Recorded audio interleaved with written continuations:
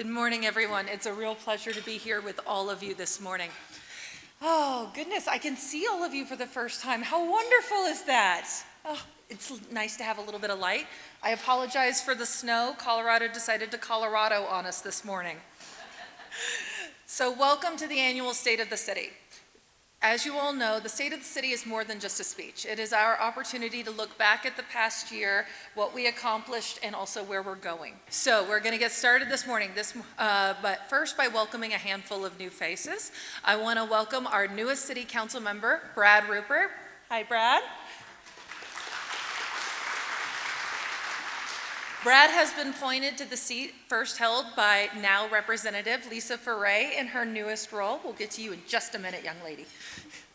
Brad has been a tremendous contributor to the city from day one since he joined us on the council. Brad's background is in municipal law, and he also served 2 terms on the school board, meaning that he understands the body, the powers, and he was ready to contribute, and he has just been knocking it out of the park ever since, and I'm so glad we have you with us, Brad. I also want to welcome 2 new faces in the city. Many of you have met Ryan Stevenson, and if you have not, you need to.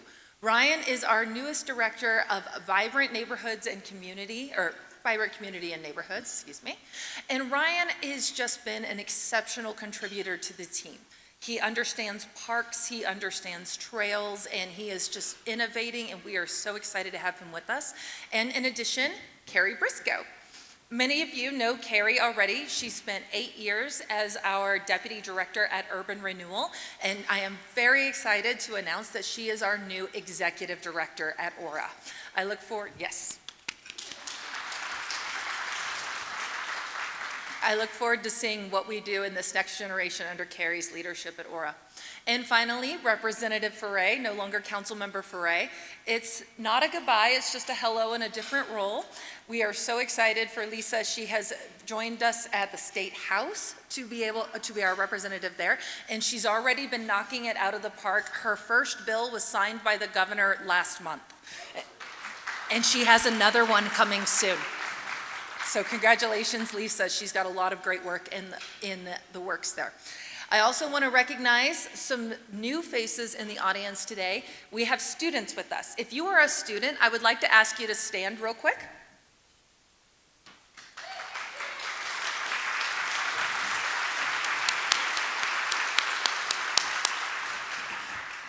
Everything we do is for not just for us, it's for these young people who are the next generation of leaders. I had the opportunity to meet with some of these students this morning at Starbucks before coming over here. You can see the dregs of my drink right there.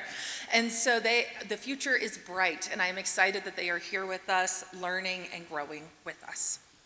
So let's dig in. Today's theme is building, innovating, and thriving. Building, I swear, is not just apartments along Ralston Road. Some of those, but it's not just those. Building today, that part of today's theme is talking about our infrastructure and how we are preparing for the future. Innovating is about our city processes. This is going to be the things that we do, how we do them, the best practices of the past meet the new ways of doing things to meet the demands of the future. And thriving is all of you. The reason why we do this. A thriving, dynamic city that is a great place to live, work, and play. Let's start by celebrating a big success, our infrastructure achievements. Ralston Road was finally completed, including the small details of the right-of-way with the aesthetics and the pothole covers and everything. So we are finally excited. Ralston is done, you guys. Done. This was an incredible lift project. Not only did we improve the streetscape, we improved everything underneath the streetscape to make this a wonderful, safe roadway that will last us for the next 60 years to come. And along Ralston, speaking of that, we have our newest amenity coming, the Arvada Beer Garden. I mean, who's not going to be excited for the beer garden? This is going to be an incredible new amenity. They are going up really fast, and we expect this one to open ideally just later this year. Probably, maybe, Carrie, is it summertime? June. It is opening in June. This thing is going up really fast, and I'm really excited. It's going to be an incredible amenity for the Memorial Park neighborhood. We also had the Arvada Aquatic Center. Many of you were familiar with the old George Myers pool. Many of you swam and dived there when you were younger, and that was an incredible community amenity.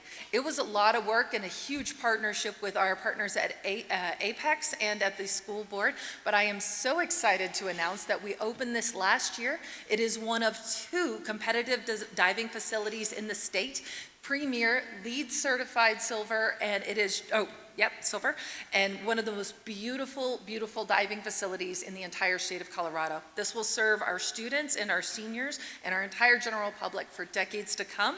And as you can see, it was a lot of fun. I did not do a flip. I did do a cannonball wearing a jacket into the water, but I did not do a flip. God bless those kids who were much braver than I am. Speaking of water, it's one of our most important resources. This is the one thing that we cannot afford to get wrong is our water. I am so excited to be talking about some of our infrastructure improvements because even though you don't always see them, this is one of the things we have prioritized and we have been working very, very aggressively on. In 2024, we replaced 54,000 linear feet of pipeline in this city, with more to come. This has been an incredible lift. We are doing water pipes, sewer pipes, and wastewater pipes so that the water you want comes in safely and the water you don't want goes away safely. We have an aging infrastructure. A lot of this pipe work is not simply because we have new growth out west, which a lot of people talk about, and it is maybe some of our upsizing needs. But in truth, steel wears out. It only lasts so long. And so these pipes needed to be replaced. We are doing this smart, we are doing this efficiently, and we are employing some of the latest technologies to ensure that we do this with the best taxpayer rates in mind. It can be difficult though. I know water rates and sewer rates have gone up over the past couple of years, and I wish I could say that was it, but I can't. Likely, we're going to have to face a few more increases, but the council is working really, really hard to balance this need against our economic need as well. We can't put too much of a burden, but at the same time, we cannot afford to underfund our infrastructure. So I thank you for bearing with us as we do this incredibly important work. And as we look to be able to spread through bonds, this cost out for the next several decades so that because this infrastructure will last for several decades. So as we continue to do this work, what else is next? Many of you have started to see us take work under Sheridan Boulevard. I apologize if Sheridan's part of your commute. This is going to be painful for a little while. But it's incredibly important. We need to replace the sewer line underneath Sheridan Boulevard all the way to connect our sewer line where our sewer meets Denver Waters down in deep southeast Arvada. And I'm very excited to announce to all of you that a couple of months ago, we signed our IGA agreement with Adams County to make sure that that work gets done safely and on time and respecting all of the pipelines that are down there. It was a ton of work, and I just want to commend our Arvada team because that was a huge lift. It's not one you guys get to see. It's not a sexy project, but it's an incredibly important project, and I'm very, very proud of our team for getting that done. So in addition, we were also looking now at starting to look at a new water treatment facility. The one that was built in the 1980s is aging out, and so our team has been doing an incredible amount of work to locate an appropriate site and begin design work on a new water treatment facility that will serve our city for years to come, and I'm sure we'll have more on that next year. Looking at transportation, we've had some exciting developments in this as well. The first, I'll just give you a couple of quick project updates. 72nd Avenue is currently on pause. We have completed phases 1 and 2. This is the project that voters passed in 2018 as part of our bond initiative. And phase 3, which is the underpass there at the railroad, is at 100% design and under review now, and hopefully we'll be moving more on that. So we are hopeful we will be starting that in 2026 with work to go over the next few years, and that will progress nicely. In addition, we have our transportation system plan. This is our plan for the next 20 years. We had more than 1,500 comments from residents that helped us identify 85 unique projects to serve transportation needs across the city. We're currently in the process of verifying and vetting those 85 projects, and that will help us know exactly where we need to be for the coming future. Another exciting project is Mountain Rail. I don't know how many of you have heard about this one, But this one has been a big deal that I've been working on the past year. And in fact, we had another progress meeting just yesterday at Arvada City Hall. So if you're unfamiliar with Mountain Rail, the governor has proposed two sort of legacy projects. A front range rail that would connect Fort Collins down to Pueblo. Arvada's not on that map, so we don't have to talk about that one. But Mountain Rail, we all know the ski train that goes from Denver to Winter Park. There is a proposal for passenger rail from Denver all the way up to Craig, making several stops along the way, connecting our mountain corridor to the Front Range in a really, really special way to not only act as a small commuter. This is not like RTD, I want to be clear. You're not going to be able to hop on this and just go back and forth. However, it is a sort of a daytime commuter. Get you up to a mountain, you can spend the night, they can come down here, go to an Avs game, etc. And what's amazing about this is they want to put a stop in Northwest Jefferson County or Arvada. So we've been working closely with our partners at the state. How many of you guys remember the stop that unofficially used to be there? Who here used to jump on in the pasture? Oh, I know some of you did. So if you're unfamiliar, a bit of fun history, a bit of Arvada lore. Back in the 1970s, the ski train did stop in Northwest Arvada. There was a pasture out there at the junction of 72 and 93 where it would stop. People would park their cars in the pasture and they would just hop on the train right there. No platform, no infrastructure. It was the 70s. We can't quite get away with that today. But some fond memories for some folks. I know my council friend, John Marriott, used to do that when he was a young man. So with that, there is historical precedent for a rail stop in Northwest Arvada. We are looking at that now. No site has been selected. And make no mistake, there will be a community engagement process. We're probably looking at summer timeline right now, but to be determined, but hopefully this coming summer, where the state, CDOT, Department of Transportation, will work with us to engage in a more fulsome process with our community to see what is needed, what should it look like, what amenities need to be there, and what do we need in Arvada to make something like this successful. I've already been very clear that we need infrastructure improvements in this area. If any of you travel Indiana, well, I don't think you like it very much. I don't like Indiana very much, if I'm being honest.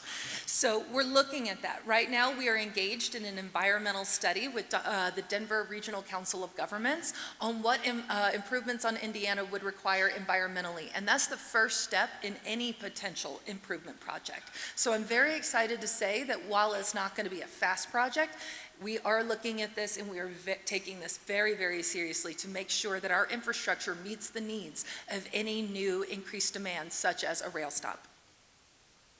Who here wants to take the ski train from our backyard? Wouldn't that be great?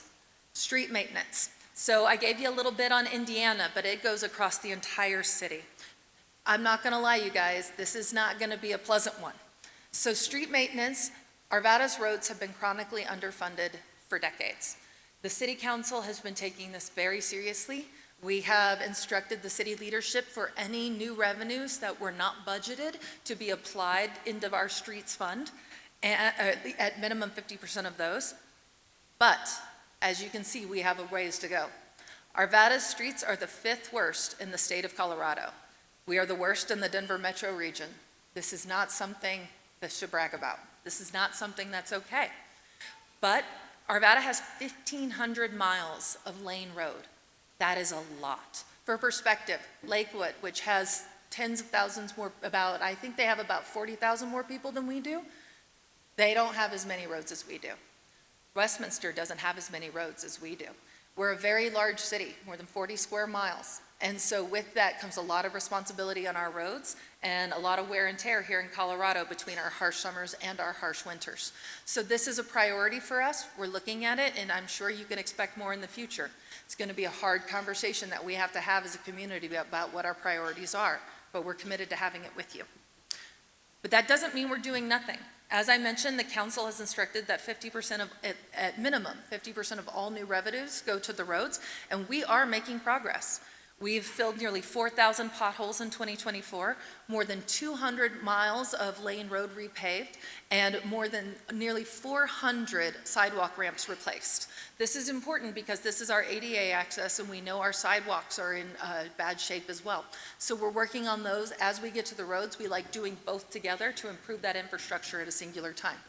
We also tend to focus on our primary corridors. The heavier the traffic, the quicker the damage. So if you're wondering about your neighborhood street, it's hard to get there. We are committed to getting there. And like I said, we're going to have that conversation with all of you probably in the coming years. But right now, we've been focusing on primary efforts on our connector streets that face the most traffic so that we can reduce the most damage. Housing. This has been a critical priority I know we've all heard about for years. The Council's strategic plans include community engagement, policy development, and interjurisdictional collaboration. I am a part of the Jefferson County Housing Advisory Committee, which has released a blueprint detailing the housing needs in Jefferson County. It focuses primarily on the missing middle. So for those of you who are a little unaware, let me give you a quick context here. The average income in the city of Arvada is $120,000 per household, $110,000 per household at this point. So you can imagine, so 80 to 120% of AMI is going to be around the low 80,000 range to about $120,000. These are the people we're looking for, because these are the people making $110,000 a year in their household who cannot afford to buy a house in Arvada. We are working on affordable housing solutions, but a lot of state programs are for lower income families. So the county's programs, this blueprint, we're working really hard on these sort of missing middle initiatives, and we're having some exciting strategies for policies to how we can bring those forward. So you'll be hearing more about this over the next coming years as these programs go into development. In addition, for those lower income families, we are proud to have announced that we opened more than 500 units last year, 569 to be exact, between these two projects, Vance Street Flats and Ralston Gardens. Ralston Gardens was an affordable housing project. It's the one over there across from Memorial Park on Ralston Road. And Vance Street Flats is the one just outside of Old Town over there by GB Fish and Chips. You guys know the one I'm talking about. These projects are for workforce housing. They're for families that make anywhere from about $50,000 a year through about $80,000 or $90,000 a year, roughly, approximately. And these units are incredibly important for keeping our workforce here in Arvada, because these are people who work here, they play here, they want to raise their families here, they send their children to our schools, and it's important that they be able to make a home here as well. It's also important for our young professionals looking to come home after college. In addition, one of the key things we're facing right now, so I knew we were all going to get here together, homelessness. This is the one we hear the most about at council right now. The number one cause for homelessness in Arvada is the inability to afford the rent. You lose your housing because you can't afford to stay in it. So these two issues are intertwined, and they're inextricable from one another. With homelessness, we are doing a number of things. I know it's frustrating. We're frustrated too. As much as we do, it seems like the problem continues to grow, and it's grown regionally. The most recent point in time count showed that despite all the efforts of all the cities across the region, including Denver's incredible efforts, the number of homeless in our communities still grew as of last year. So we in Arvada are committed to doing our part. We have two incredible homeless navigators, Alex and Hudson, who have been working intently with our community. And we do believe this problem is solvable. We have an estimated 200 to 300 individuals who are experiencing homelessness in Arvada today. You don't see all of them. Yes, you see some, and usually those are the ones who have the most chronic issues, the ones that are the most difficult cases. But make no mistake, we have teenagers who are couch surfing with friends. We have people who are hiding in parks who have jobs. We have people who are sleeping in cars and showering in gyms. And in fact, I will tell you one of their stories here in just a minute. These are our neighbors, people who were born and raised here in Arvada, people who found themselves here, maybe through no fault of their own. But nonetheless, they are here. And how are we going to tackle this problem together is the question we must face as a community. Arvada is committed to collaborating with our nonprofit partners. One of these, and I'm very excited to announce, is the Family Tree Project. I don't have a slide on that. I'm going to get to this one in just a second. The Family Tree Project is going to be permanent supportive housing. I believe it is 85 units? Yeah, 85 units of permanent housing, tackling our most chronic cases. Our team is working hard with the nonprofit Family Tree, who is going to be the owner and operator of that building, to bring in as many folks from Arvada as possible. They are connecting with them now. They have hired an engagement officer to build relationships with folks and to be able to build that trust so that they will accept the resource when it's open later this year and be able to provide them with 24/7 around-the-clock care as they need it so that they can live a life with dignity and ideally be able to grow and ultimately exit that housing. I know. I am also extremely proud of our team for this project on this slide right here. This is our project at the Suburban Studios. Some of you may have heard about this. It's kind of new. We didn't do it with too much fanfare. We just kind of went and did it. I'm really glad we did because the results are already showing incredible promise. We have, through a state grant for $2 million from the Department of Local Affairs, which we accepted, obviously. So we have opened a 35-room at the Suburban Studios in partnership with that hotel management company to reserve those 35 rooms for people who are experiencing homelessness who wish to exit that situation. They come, they work hard. Our caseworkers are on site about 30 hours a week to be able to work with them. We connect them to treatment. We connect them to resources. We help them obtain IDs, Medicaid benefits, whatever it is that they may need so that they can get on their feet and out of this situation. Make no mistake, this is not a come, you get a bed and you just get to lay around doing nothing. These people are committed to doing the work. And it's been incredible to see that in the first quarter alone, in 3 months, we had 10 individuals move out into a permanent situation. 10.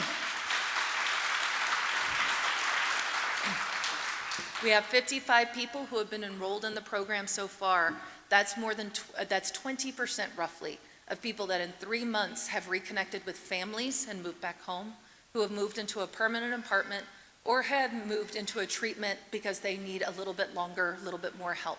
But these are incredible results. And if you think about it, in 3 months, if we can achieve 10 people with another 10 waiting to go and another 10 waiting to go, we can make real progress on this issue here in Arvada, and I'm proud of our team for this hard work.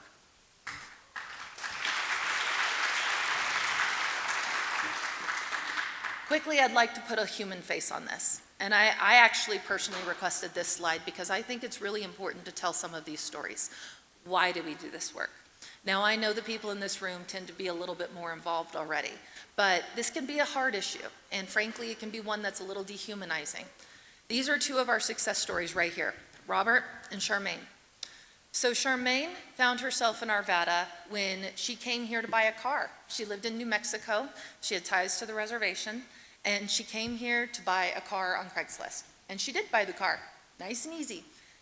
Late at night, she was planning to drive at night to go on home, so she stopped at McDonald's there on Wadsworth and went inside. And while she was there, her car with all of her things in it were stolen. Her purse, her bags, her ID. And because she worked on the she was from the reservation, getting a reservation ID is very difficult. Basically, in a moment's notice, she was left with nothing in a city she didn't know. And she became homeless right here in Arvada because of that one act. So 8 years later, she wasn't 8 years, but yeah, so Charmaine lived here in Arvada, Robert was 8 years. And she was sleeping in the hub when she woke up one day and our officers were with her. And in that moment, she decided she wanted to change. She connected with our caseworkers. She's been working incredibly hard, and I am proud to say that starting this summer, she's going to be a student at MSU.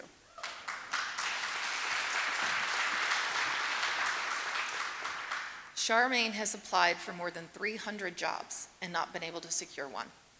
Can you imagine how hard that must be? But she keeps going. She has resilience and grit. And that's why she's going to MSU, to improve her chances of being able to get a job because she wants to do this for herself. So, Robert actually was never unemployed. Robert had a full-time job, but he wasn't able to make the rent even working full-time, and he was living in his van with his 3 dogs. His 3 dogs kept him going. He lived this way for many years. He used his small salary to take care of his dogs, pay for food, and to have a membership at a gym so that he could shower before work and make sure he was presentable.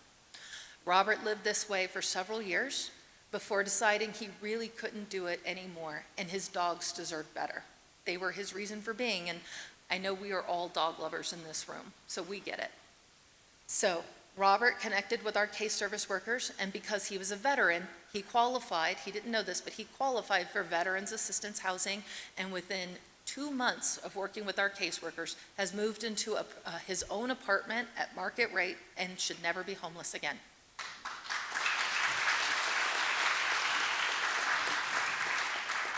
These are the stories behind the faces. We may not always know them, but every single person has a story. And so this is why we do this important work, to help the humans, help the members of our community, which in turn helps all of us. Innovating. As I said, this is going to be the stuff that we are doing to help our city.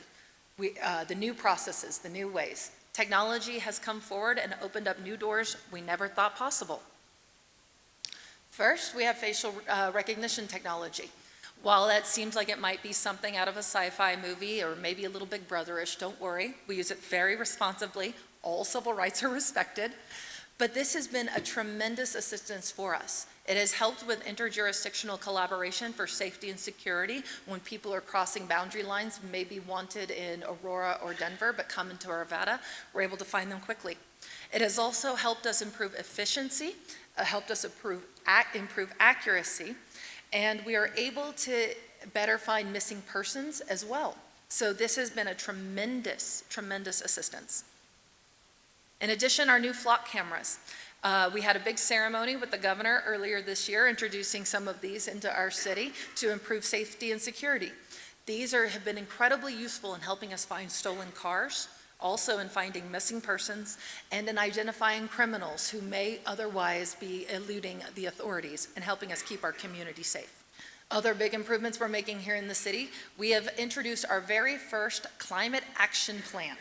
Very excited. This has been years in the works. It has taken in more than 2,200 engagements from our citizens to identify the priorities of this community. It's not just about becoming a greener city, though that is a priority. It's also about efficiency and resiliency, protecting our environment from wildfire, which we have our new wildfire protection plan that will be introduced soon as well, and protecting our city from flood, and all of the things that we need to be a more efficient, safer, and greener city that takes responsibility for our environment. It's our parks, it's our open spaces, it's our recycling rates, and we're even looking at composting here soon. Economic growth and development. We have a really strong economy here in Arvada. I am so proud of that. Urban Renewal, we have our Urban Renewal board over here. I got to give them a quick shout out. Hey, Urban Renewal. Urban Renewal has had some very big achievements over the past few years. The Ralston Corridor is now in its final stages. As we talked about the beer garden already, we have another project going up that will be doing some apartments with also some creek line improvements and breezeway so that the public can walk and enjoy the beautiful Ralston Creek back there. The Caroline is now open. This was a more than $100 million apartment project. It's absolutely beautiful and helps create some much needed housing opportunity. Yes, these are more luxury end apartments. However, that's really important because we have a lot of folks who are maybe living in the middle apartments who want to move up. And so that it creates a chain effect where we open up apartments across the entire economic segment. Maureen Fair. I would be remiss if I didn't talk about Maureen. I think most people in this folks know Mo. Mo was our previous executive director for Aura, and she has been responsible for some of the most transformative impacts in this city. It was her vision and her imagination that led to the incredible improvements along Ralston and along Kipling. Mo has been a significant contributor to Old Town. And it's incredible to say that once all is in and all is done, we can anticipate that Mo's efforts led to $1 billion in private investment coming into the city of Arvada. Wow. It's a pretty big bang on the buck. She's created nearly 2,800 housing units, nearly more than 500,000 square feet of commercial retail space and 2 hotels. I know there were dreams of a third one, but we're pretty excited to have 2, considering we didn't have any before. Maureen was bouncy, Maureen was fun, Maureen was energetic. We will miss her tremendously. In which am also proud to say that we just attended the Downtown Colorado Inc. conference a couple of weeks ago, and for all of her efforts, Maureen was honored with the extremely prestigious Downtowner of the Year award. Very, very well deserved. Speaking of economic development, our AIDA team is here, and they are just so fierce, you guys. I love them. So our economic development team are the folks who help keep Arvada thriving. They work with small businesses in our community for business retention. They work to attract new businesses, large and small, to Arvada. And they also help our small business community with things like facade grants, improvements, to make sure that they have the resources that they need to be able to thrive. Our AIDA team supported more than 400,000 square feet of commercial development last year. Again, these numbers are all in 1 year, which is pretty amazing. We had 81 commercial development projects, and 35 businesses partner with Colorado Enterprise Fund to receive low interest loans to improve their businesses. 68 net new, that means including all the ones we lost, we still gained 68 net new businesses in Arvada last year.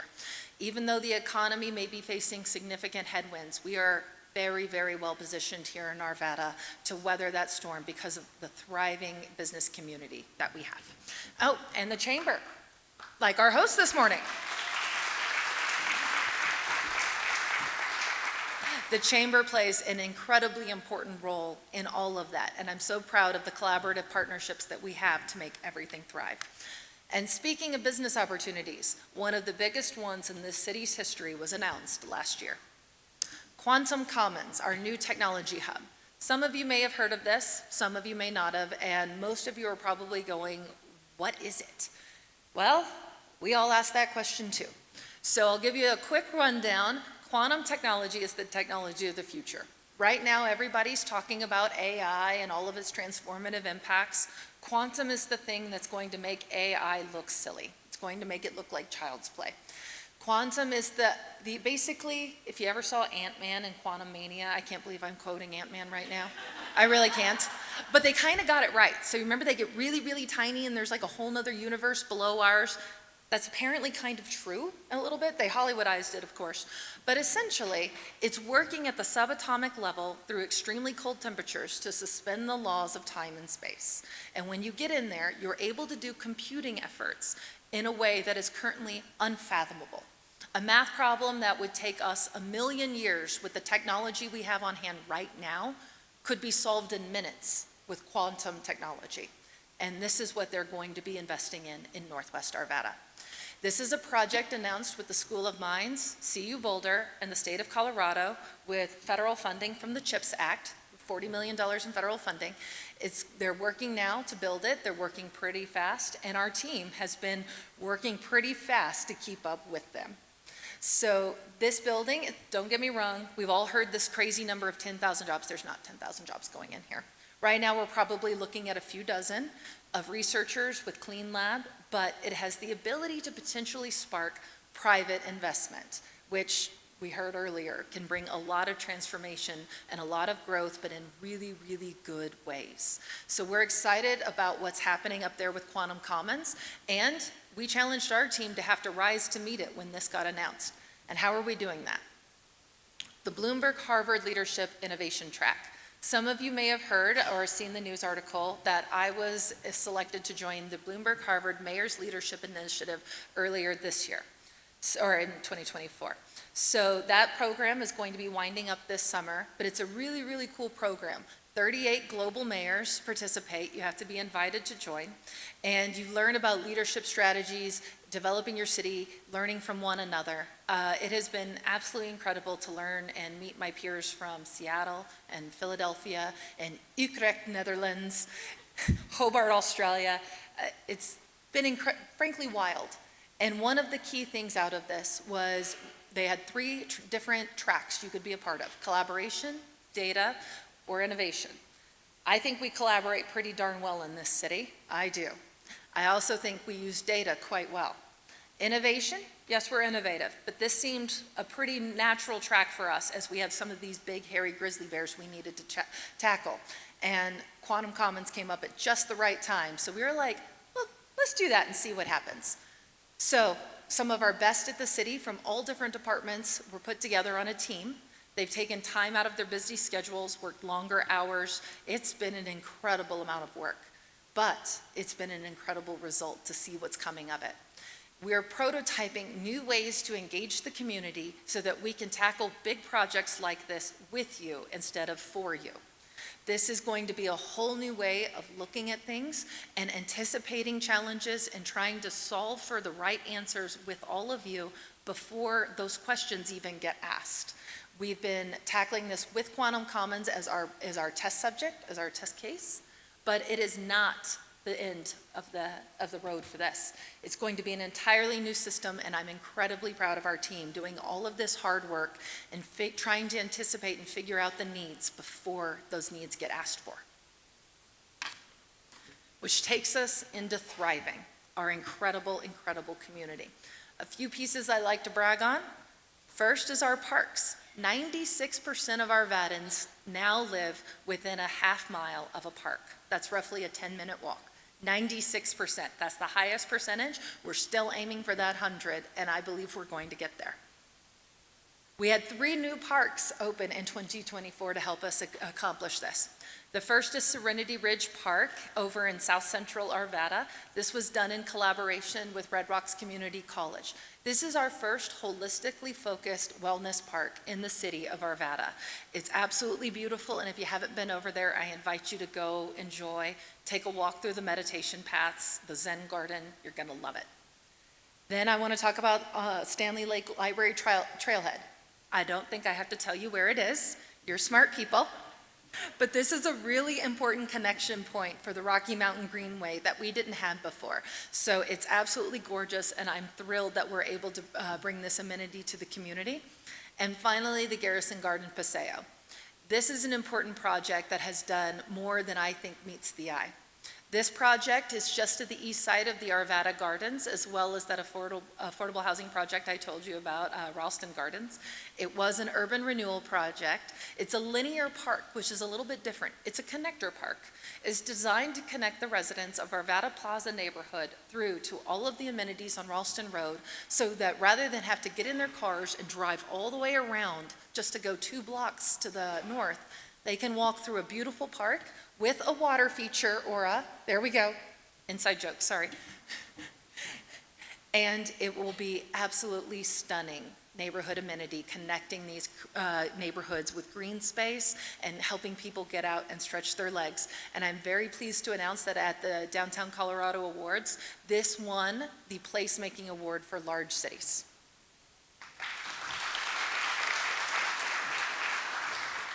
But we're not done. And a big part of our parks is not just building new ones, it's also reinvesting in our old ones. I don't know how many of you have driven through Southeast Arvada lately, but Ralston Road connects over there on the backside, and we have a Gold Strike Park. I went and saw it yesterday just to make sure I knew what I was looking at, and Gold Strike Park is in rough shape.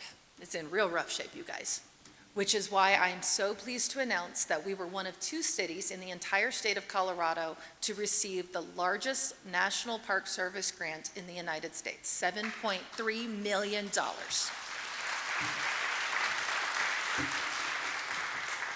We have a whole new vision for this park with beautiful land amenities. We have worked with our Native American brothers and sisters to help design based off of their historical knowledge of land use, of urban design, and it's going to be an absolutely incredible amenity for our residents of Southeast Arvada.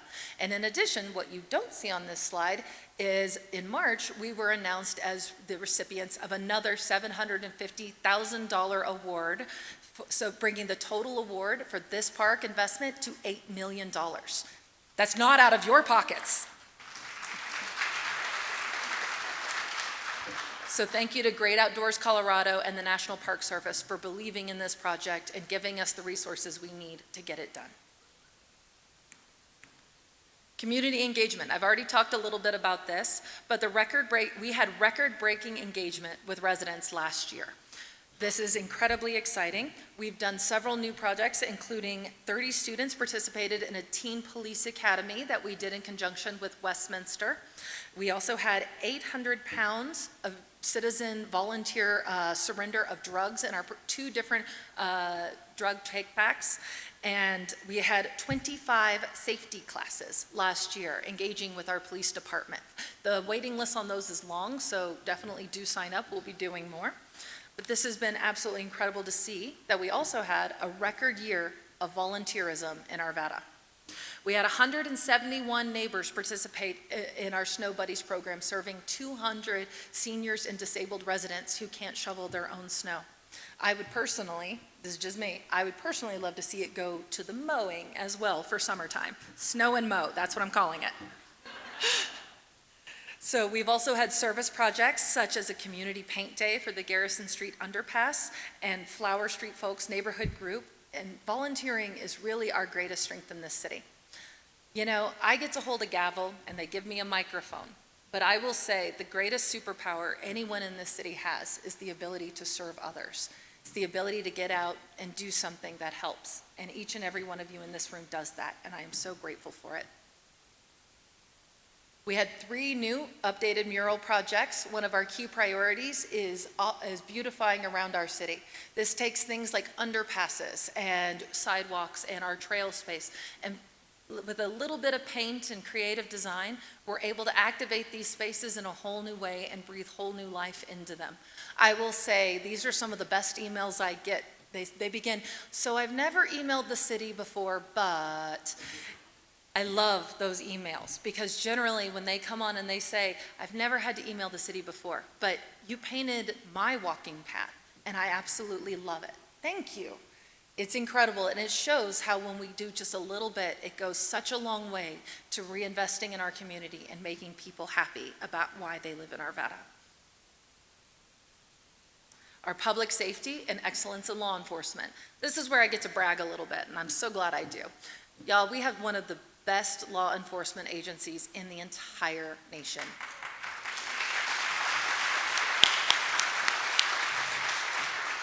And that's not just me saying it, we have the receipts to back it up. So I will say it is so exciting that last year, and it was a bit of a no-brainer, I knew we would, but our police officers once again received the CALIA certification, which is one of the highest certifications you can get for law enforcement. We were the first agency in the state of Colorado to receive CALIA back in the 1980s, and we're one of 13 in the state of Colorado that has it today. We expect more of our officers, and they deliver every single time. I'm so proud of our police force and all that they do for us. We have a safe community. We had a little bit of a spike increase in 2024, but our 3-year average in crime is down 5.5%. 90% of residents feel safe in their neighborhoods, and a majority believe in the fairness of our system, including our courts. And I'd like to take a moment here to talk about an upcoming project that we have. This past year, we created the Arvada Police Foundation to honor the fallen officers and the fallen officers who have served and fallen in the line of duty. This is a hard one for me because I was here for 2 of these. And that's one thing I never wish upon any elected official or public servant of any kind, is having to stand at an officer's funeral. This is why, under the leadership of Chief Ed Brady, thank you, Ed, I see you over there.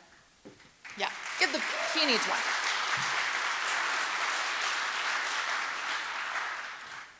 Under the leadership of Chief Ed Brady, we have formed the Arvada Police Foundation. This foundation will be dedicated to not only serving the officers who wear the uniform, but also the memory of those who have fallen. We are going to be building a memorial garden, and the groundbreaking is going to be Thursday of next week at 11 a.m. at Memorial Park. I don't see anyone taking notes. I would love to see all of you join us there for this important event. They presented the design to us at council this past week, and it was absolutely beautiful.